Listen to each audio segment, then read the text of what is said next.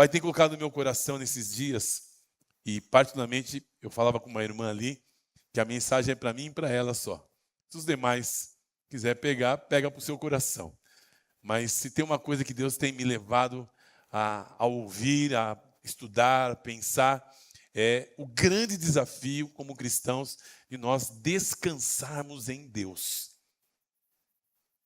Nós precisamos aprender a descansar. Mas esse descanso, presta bem atenção nisso, porque muitos acham que tem que ser um descanso que não tem que fazer nada, né? Não, muito pelo contrário. Quando você aprende a descansar em Deus, você faz tudo para Deus sem se cansar.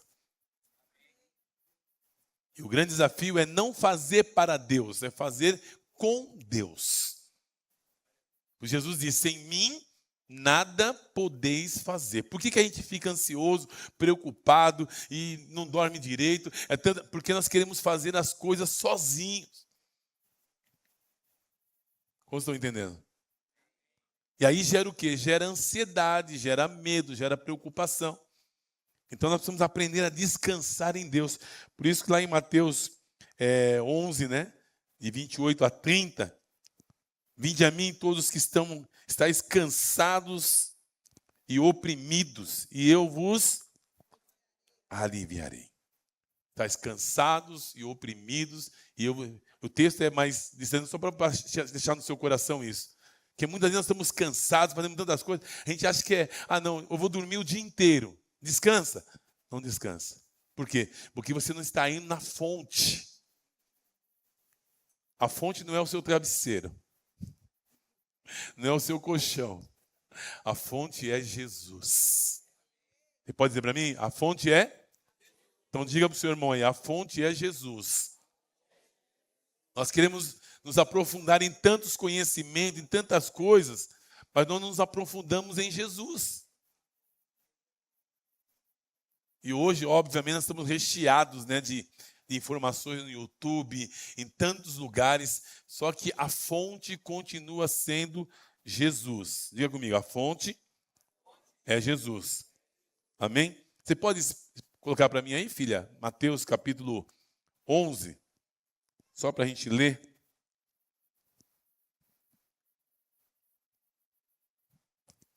Mateus 11, 28. Você pode pegar na sua Bíblia também. Venha a mim todos os que estão o quê? Cansados. Às vezes você está cansado de você mesmo. Terrível isso, né?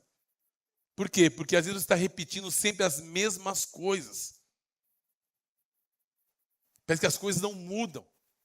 Então Jesus está falando assim, venha a mim todos os que estão cansados, sobrecarregados, e eu darei um descanso a vocês. Porque às vezes nós podemos estar sendo repetitivos. Por quê? Porque nós não estamos indo na fonte. Eu quero repetir isso para você. Existe uma fonte. Amém? E a fonte chama-se Jesus. Caminhando aqui. Também sobre vocês o meu jugo, e aprendam de mim que sou o quê? Manso e humilde de coração. Mansidão e humildade a gente aprende com Jesus. Vou repetir. Mansidão e humildade a gente aprende com Jesus.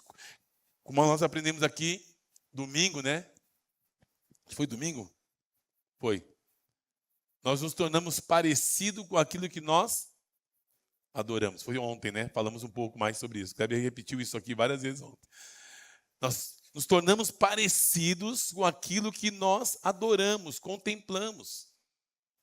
Então, quanto mais contemplação, quanto mais você adora, mais você fica manso e humilde. Acaba aquela agitação.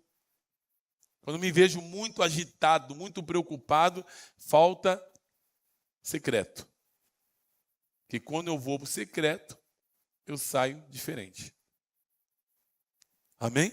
Então, a grande fala hoje, dos dias de hoje é, estou cansado. Se você ligar para 50% das pessoas que você conhece que não veio hoje, por que você não veio? Porque eu estou cansado. Mas onde é a fonte do nosso descanso? Jesus. Então, lugar de descanso é no Senhor. Você pode viajar, sair de férias, fazer... Se cansa. Mas em Jesus, não se cansa. Quando você sai com propósito, com missão, você volta diferente. Amém? Então, manso e humilde de coração. E vocês acharão o quê? Encontrarão descanso para a quem? A alma. Que fala alma? A alma fala de sentimentos. Está agitado, está preocupado? A fonte é Jesus. Amém? Guarda no seu coração, porque no final nós vamos orar sobre isso. Hoje é noite de milagres. Hoje é noite de manifestação da presença de Deus, como já foi liberado aqui sobre nós, no meio do louvor, da adoração. Não perca nada, meus irmãos. Eu não quero perder mais nada. Não quero perder mais nada. Guarde no seu coração, não perca nada. Se mova, se lança. Tiver que chorar, chora. Tiver que ajoelhar, ajoelha. Tiver que gritar, grita. Moderadamente, né? Vai fazer isso. Não vai ficar gritando para chamar atenção também, né? Gritar por gritar não faz sentido. Né? Tem isso aí também. Senão a gente, às vezes, dá esse recado. Senão a pessoa já... Bora lá. Então, um descanso. Quando eu digo aqui também, né, que nós cantamos aqui, Cristo é tudo. O que é isso, Cristo é tudo? Eu fiquei ali pensando no meu coração. Quando declaro Cristo é tudo, qual o resultado desse Cristo é tudo na minha vida? Esse Cristo é tudo amanhã, como é que é esse Cristo é tudo no meu trabalho? Se Cristo é tudo, meus irmãos, para a gente não só cantar as coisas, né? Se Cristo é tudo, nós temos que falar desse Cristo. Como estão entendendo? Se Cristo é tudo e a gente não fala dele, alguma coisa está errada. Cristo é tudo, mas eu não falo dele para as pessoas. Cristo é tudo, mas eu não uso das oportunidades para abençoar as pessoas. Então, o que esse Cristo é tudo? Verdade ou não é? Só para a gente não ficar apenas cantando. Tem que ter um efeito. Tem que produzir um efeito em nós. Amém? Esse Cristo é tudo, ele vai produzir um efeito nos meus relacionamentos, vai produzir um efeito na minha casa. Alguma coisa vai acontecer. Falava para o Arthur ali, né? Que Deus nos leve hoje aqui a um ambiente de constrangimento. Nós sejamos constrangidos no espírito, ao ponto de chegar amanhã e falar assim, eu estou tão constrangido que eu preciso falar para alguém deste Cristo. Quantos não estão entendendo? Não, Fabiano, não funciona. Eu não consigo entender que nós temos algo tão poderoso só para nós. Eu tenho algo tão poderoso, mas só para a minha vida. Não faz sentido. Amém? E se a gente crê que ele está em todos os lugares, como nós ouvimos esses dias, nós temos que falar dele. Eu pego as frases das pessoas, onde eu passo no mercado, no lugar que eu passo, quando alguém fala comigo, qualquer frase que encaixa Jesus, eu coloco. Às vezes a pessoa fala, não tem nada a ver, mas eu pego e procuro encaixar. E dali surge um assunto, uma conversa, um bate-papo. Eu procuro arrumar pretexto para falar com as pessoas desse Cristo. Eu quero motivar você a fazer isso. Porque se você está vivo, quantos estão vivos aqui? Deixa eu ver. Não é por acaso. Se Deus permite você viver nessa terra aqui, presta bem atenção nisso. É com um propósito. Hein, Rô? Não é isso? Tem um propósito. Nós não estamos aqui estou aqui só... Não, gente. Já passou bilhões, trilhões de pessoas no mundo e nós estamos aqui ainda. Para quê?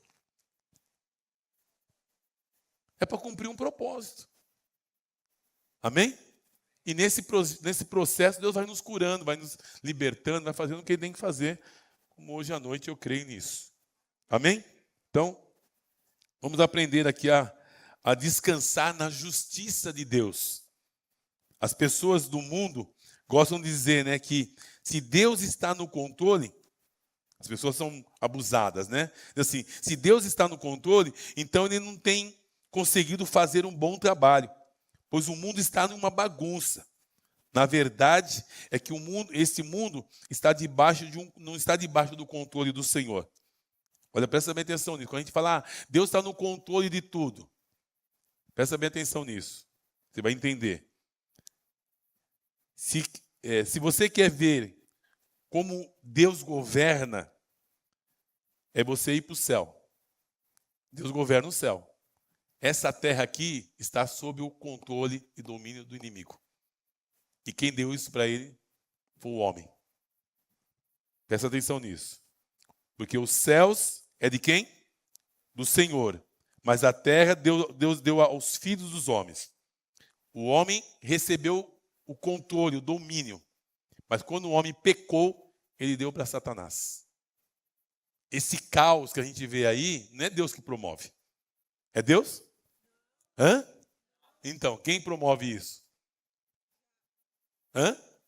É o diabo. Mas usa, muitas vezes, o próprio homem, como alguém disse ali. Mas você vai entender. Deus, olha só, Deus não é como alguns, né, que dão e depois pegam de volta. Não. Como chama? Deus deu ao homem domínio, o homem perdeu esse domínio, ele deu a Adão, e Adão, quando pecou, deu ao diabo. Por isso que a Bíblia diz que o mundo jaz no maligno. Mas já você vai ver que Deus dá o controle para a gente. De volta, já. Esse controle está na nossa mão. Fica tranquilo. Então, sabemos que no Éden o diabo entrou na serpente, porque ele precisava de um corpo para se manifestar. Ele entrou na serpente, enganou o homem, ele tentou o homem caiu, e com a queda o diabo recebeu o domínio do mundo. O homem tinha domínio de todas as coisas. Foi o homem que colocou nome em todos os animais na terra. O homem passeava livremente, sem culpa, sem medo, sem condenação. É isso ou não era? Você conhece as Escrituras.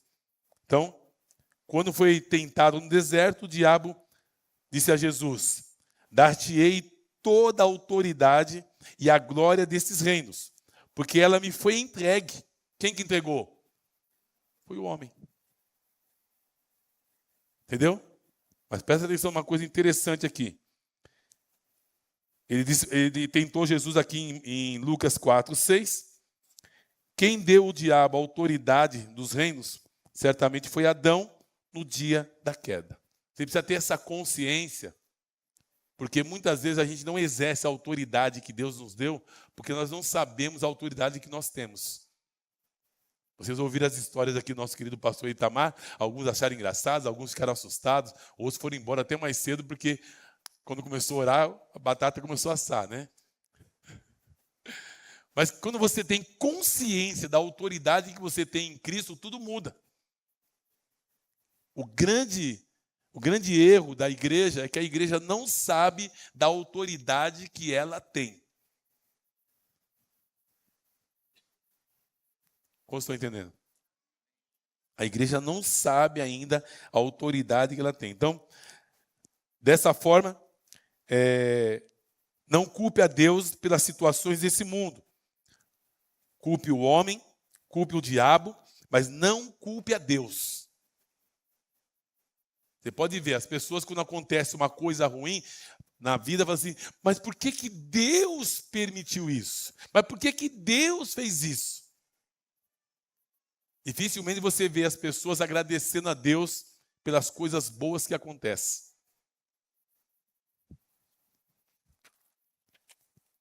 Tem algumas coisas que vão literalmente nos centralizar aqui hoje.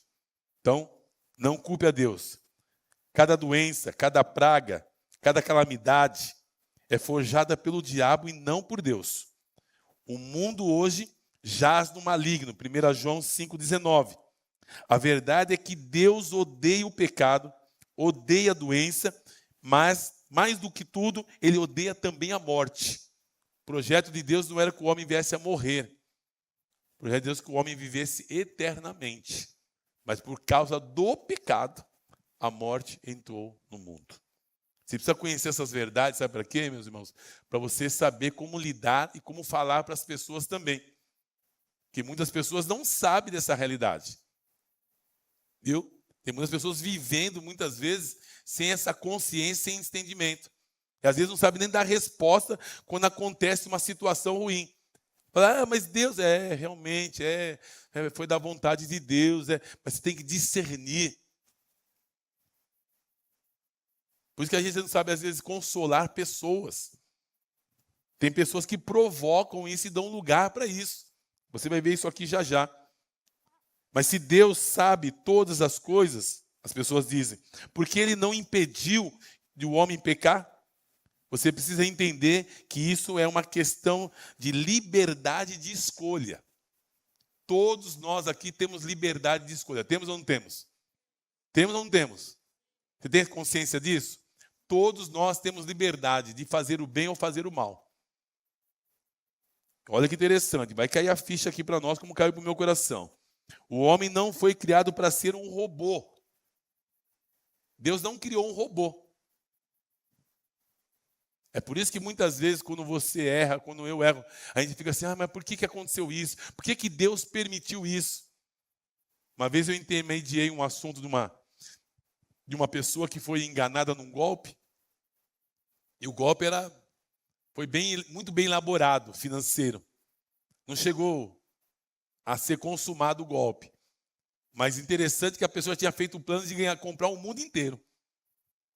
Queria comprar comunidade, queria comprar terreno, queria fazer um monte de coisa. Mas a ganância foi tomando conta do coração de uma tal maneira que ele não percebeu que era um golpe. Quando foi revelado que era um golpe, ele falava assim, por que Deus permitiu eu viver isso? Quando eles chegaram numa questão assim, muitas vezes, de errar e falar, por que Deus permitiu? Já viveram isso? Já ouviu alguém falar isso? Já viu, não? Já? Perto de você? Tão perto que mora dentro?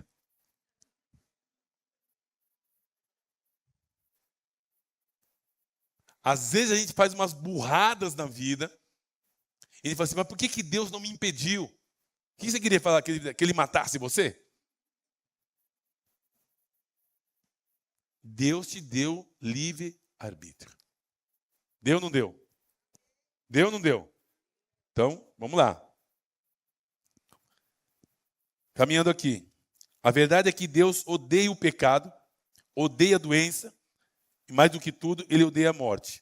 Mas Deus sabe que nós temos aqui esse livre-arbítrio. Então, o homem foi criado não foi criado para ser um robô. Deus não tirou a autoridade do homem. Presta atenção nisso. Você tem a autoridade porque Deus entregou para você. Deus também deu domínio a Satanás. Quando o homem pegou, Satanás pegou esse domínio. Essa é a realidade do mundo. Os homens possuem liberdade de escolha. Deus não vai impedi-los de fazer as suas próprias escolhas. Quantas pessoas já fizeram escolhas erradas nos seus relacionamentos e depois tentaram culpar a Deus? Eu já descasquei muitas buchas aqui, de pessoas que ouviram falsas profecias e falaram que foi Deus. Já ouviu isso já? Eu já ouvi. É muito forte isso. Então, lembre-se, porém, de que você é livre para escolher e fazer o quê? As suas escolhas. Mas você é livre para escolher, você é livre para escolher, fazer escolhas, só que você não é livre para ter as consequências. Você é livre para fazer as escolhas, mas você não é livre das consequências. Está claro isso? Está claro isso? Você é livre para fazer as escolhas, mas não é livre das consequências. Eu escrevi aqui, isso é chave. Você pode escolher colocar na mão de Deus todas as coisas e esperar a resposta dele. Você pode, por exemplo, escolher colocar a mão no fogo. Mas você não pode impedir que o fogo queime a sua mão. Nós vamos pensar muito daqui para frente antes de fazer escolhas e tomar decisões. Está claro isso? Caminhando aqui. O homem pecou, por isso a morte entrou no mundo, mas Deus odeia a morte. Por isso ele enviou o seu próprio Filho para nos dar vida. Então, ele andou por toda parte, curando a todos os oprimidos pelo diabo, porque Deus era com ele.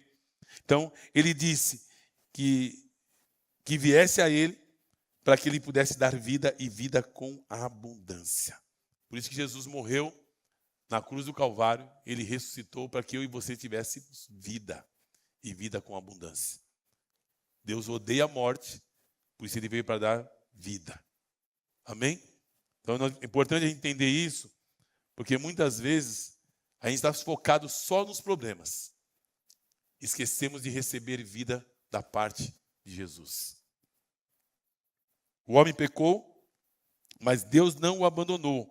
Ele enviou o seu Filho Jesus, ele morreu na cruz pelos nossos pecados, para que nós tivéssemos vida nele. Agora, olha interessante, para que nós não tivéssemos que fazer um esforço, porque as pessoas fazem esforço para tentar agradar a Deus para receber vida. O grande segredo é que você não precisa se esforçar. Essa vida já foi dada liberadamente para você. Amém? E de graça. Você não precisa fazer força. Diga comigo, eu não preciso fazer força para receber vida. Amém? Se você está tentando fazer o seu melhor para alcançar a Deus, significa que você está enganado. Isso é muito forte, isso aqui. Se você está tentando fazer o seu melhor para agradar a Deus, você pode estar enganado. Porque você não precisa fazer força para agradar a Deus. Muitos cristãos estão enganados, se esforçando para agradar a Deus. E a grande frustração, sabe o que é? É que ele nunca se sente satisfeito. E fica frustrado. A sensação é que eu não fiz o suficiente. Eu nunca vou chegar a esse ponto. Por quê? Porque o grande segredo é que Jesus já fez tudo por nós. Eu não preciso provar nada para Deus, como filho amado. Diga para o seu irmão, você não precisa provar nada para Deus.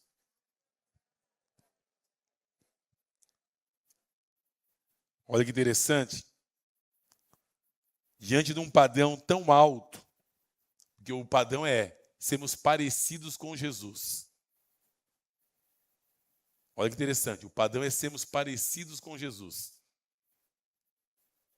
Nós não conseguimos ser parecidos com Jesus se nós não dependemos dele.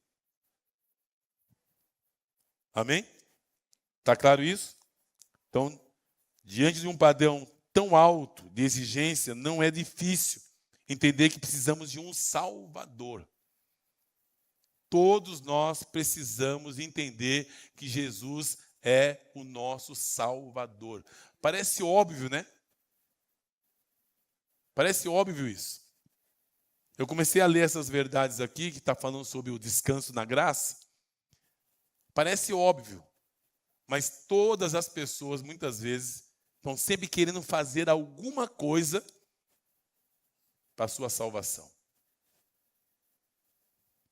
Eu e você precisamos de um Salvador, e o Salvador é Cristo. Amém? E não só Salvador, mas também Ele é o Senhor da nossa vida. Amém? Está claro isso? Então, caminhando aqui. No dia em que o Senhor Jesus nasceu, era uma noite tranquila, de plenitude, os céus cheios de anjos, e eles proclamavam dizendo: glória a Deus nas alturas, paz na terra aos homens em quem ele quer bem. É que hoje nasceu na cidade de Davi o Salvador, que é Cristo o Senhor. Lucas capítulo 2, verso 11 ao 14. Ele é o Salvador, ele não é alguém que veio para trazer a lei, é o homem que tem vivido debaixo da lei por 3.500 anos, desde o dia que foi dada a lei por Moisés.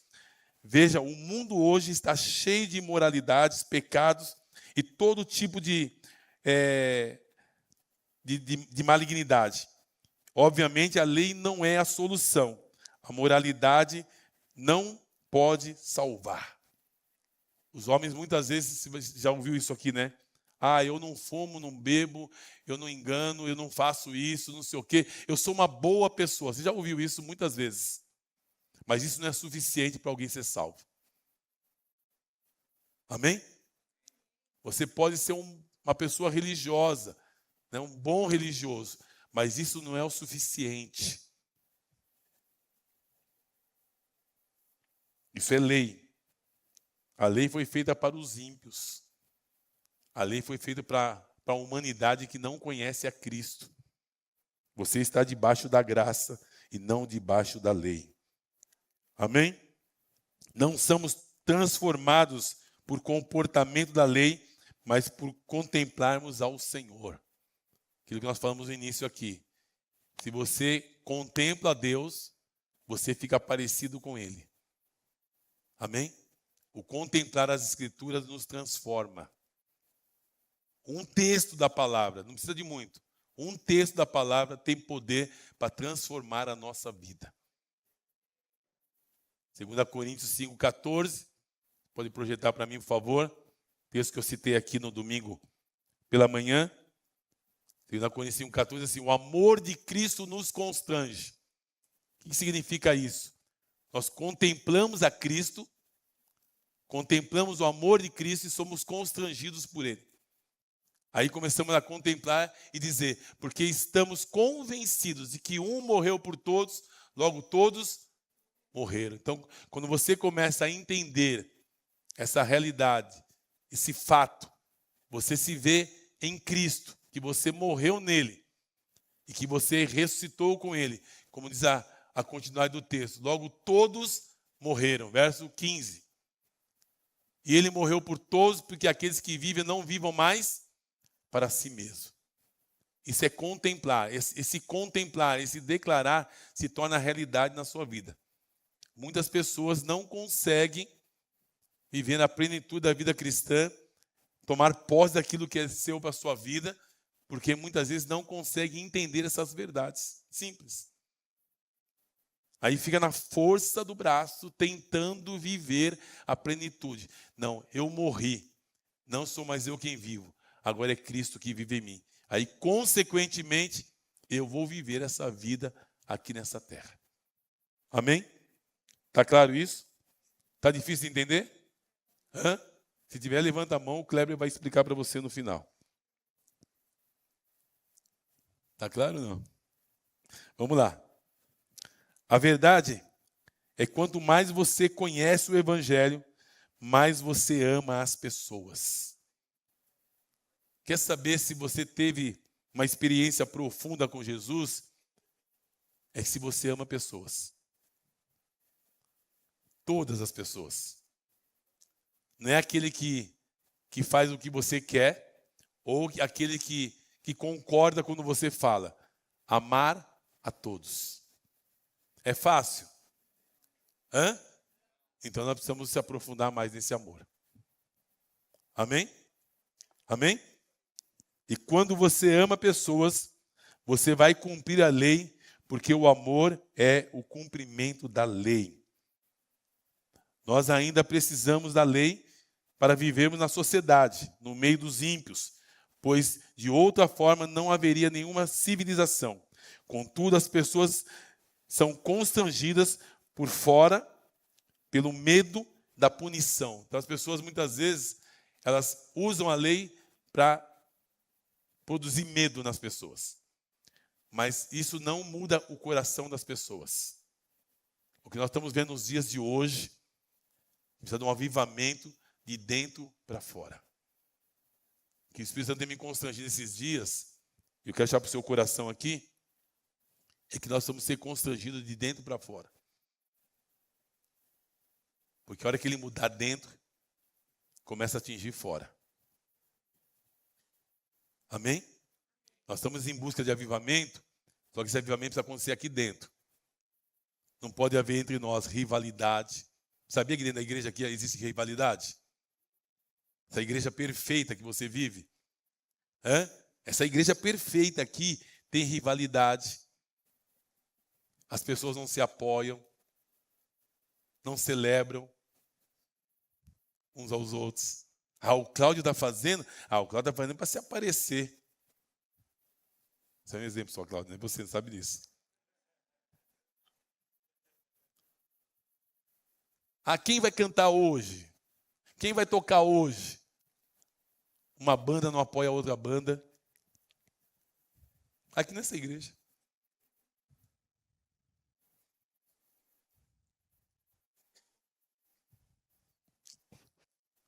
Só vem quando estou escalado. Aqui nessa igreja perfeita.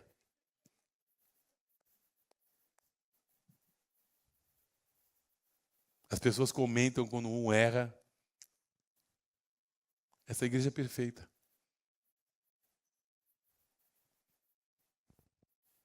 Agora é só a turma do Ismael.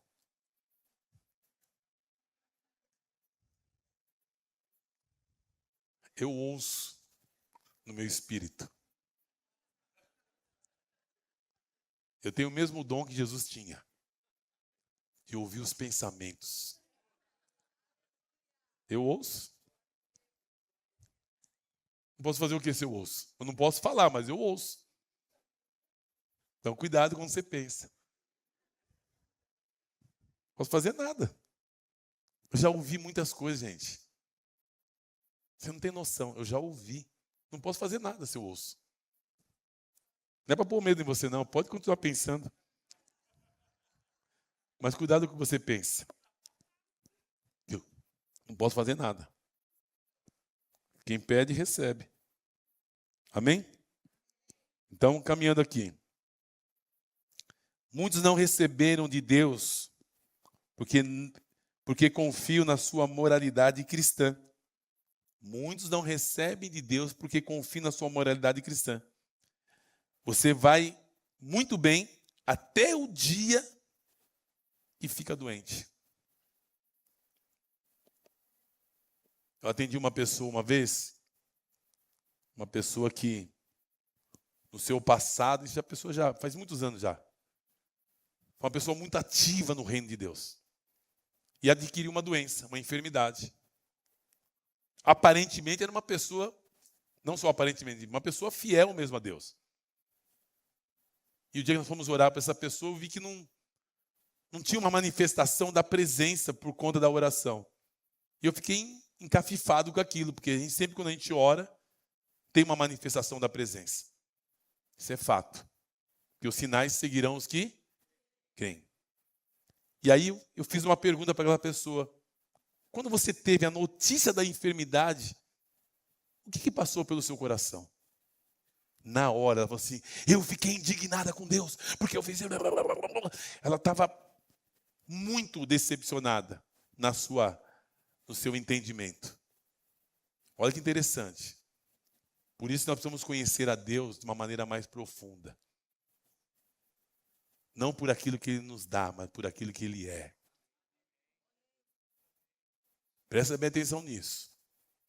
Não fique na dependência de Deus por aquilo que Ele te dá, mas por aquilo que Ele é. Então, olha só que forte isso. Você vai muito bem até o dia que fica doente. E ao mesmo tempo, uma postura... Aliás, por exemplo, aí uma outra pessoa é curada, né, da mesma situação, e você fica indignado por causa disso.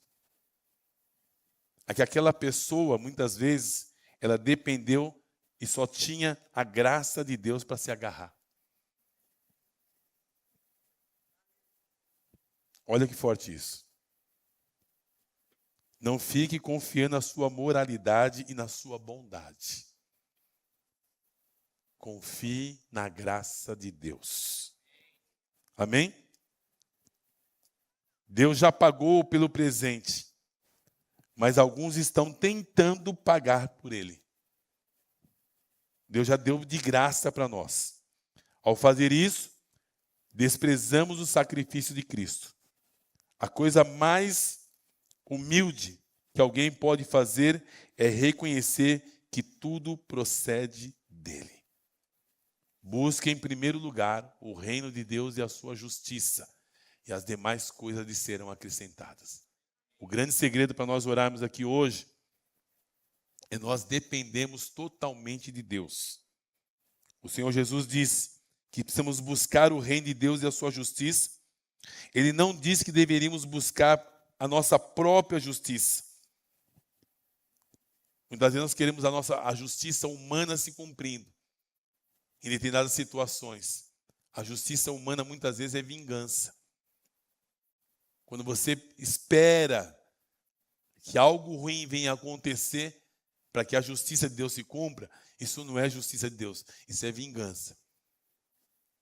Quanto mais você esperar que aquela pessoa receba algo ruim, ela vai receber coisas boas.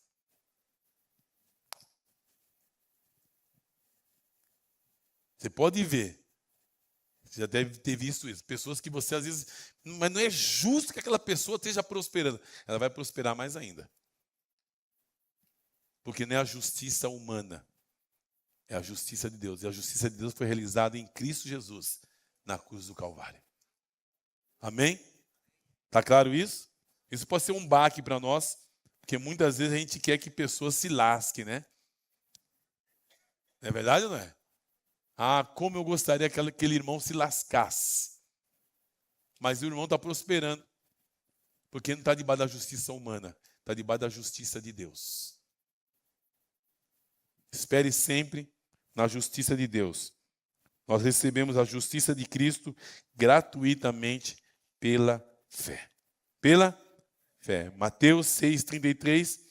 Buscai, pois, em primeiro lugar o reino de Deus e a sua justiça, e todas essas coisas lhe serão acrescentadas. Muitos ainda pensam que a justiça do reino é algo que precisamos praticar, mas ela é um dom de Deus. Nós recebemos a justiça do reino, que é Cristo, pela fé. Então, quando eu recebo Cristo pela fé, a justiça vai se manifestar através da nossa vida. Amém? Então, a promessa do Senhor é que devemos buscar a justiça do reino. Todas as coisas anteriormente mencionadas nesse texto de Mateus 6,33, anteriormente diz o seguinte: comida, casa, sustento vão ser acrescentados. Amém? Então, uma boa notícia para mim e para você.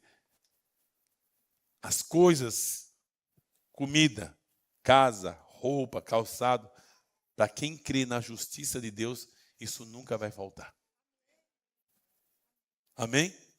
Às vezes nós temos mais do que necessário, mas não vai faltar nada para você no nome de Jesus. Você sempre terá o suficiente. Amém? Então, o problema é que nunca nos sentimos alcançando o padrão da justiça do reino. Então, frequentemente nos sentimos ansiosos, pensamos que não seremos supridos, porque não somos justos o suficiente. Então, muitas vezes a gente fica achando que vai faltar, porque a gente acha que não chegamos no padrão. Se você crer em Jesus, não vai faltar nada. Amém? Nós precisamos descansar nisso, irmãos. Isso tem que gerar em nós alegria, tem que gerar em nós prazer de falar do amor daquele que cuida de nós. Por que as pessoas não falam tanto de Jesus? Porque elas acham que Jesus não está dando para elas o suficiente. A alegria do Senhor é a nossa força. Amém? Caminhando aqui, o pessoal do louvor pode chegar. Mas a grande boa nova é que a justiça do reino não é a nossa justiça. Amém? Não depende do nosso comportamento, mas é um dom de Deus. Não somos participantes da justiça de Cristo, nós somos participantes da justiça de Cristo no seu reino. Paulo diz que o reino de Deus é justiça, paz e alegria no Espírito. Romanos 4,17.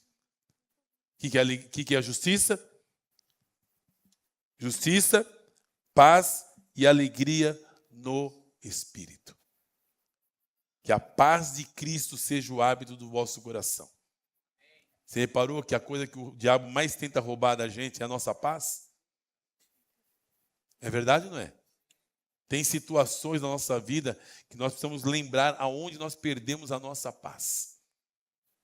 Nos aconselhamentos eu procuro trabalhar com isso no coração das pessoas. Aonde foi que você perdeu a sua paz? Está ansioso? Está preocupado? Está triste? Quando foi que você perdeu a sua paz? Pensa nisso. Caminhando aqui para o final. A cada manhã, você não precisa efetuar a sua fé confessando a palavra a respeito do seu carro, do seu emprego, da sua casa, todas as suas necessidades, porque aquela ansiedade. O que você precisa exercitar é a fé para crer que você já recebeu a justiça do reino. Amém? A confiança no caráter de Deus. Você não pode ficar preocupado. Será que se eu sair de casa vai acontecer isso? Se eu sair de casa vai acontecer aquilo? Não, eu confio que Deus cuida de mim. É confiança no caráter de Deus. E tem coisas que não acontecem porque Deus tem o tempo certo para todas as coisas. Amém? O Deus tem o tempo certo de todas as coisas. E tem coisas que Deus não nos dá, e se Ele der, podemos nos perder. Amém? Está claro isso, não? Tem pessoas que Deus não dá coisas, e se der, como já aconteceu com muitos, a maioria das pessoas que se perdem é com coisas que eles receberam e não souberam dar valor àquilo que Deus deu. Você conhece um monte de gente que está desviado porque se perderam por coisas que não valorizaram e não honraram a Deus. Amém?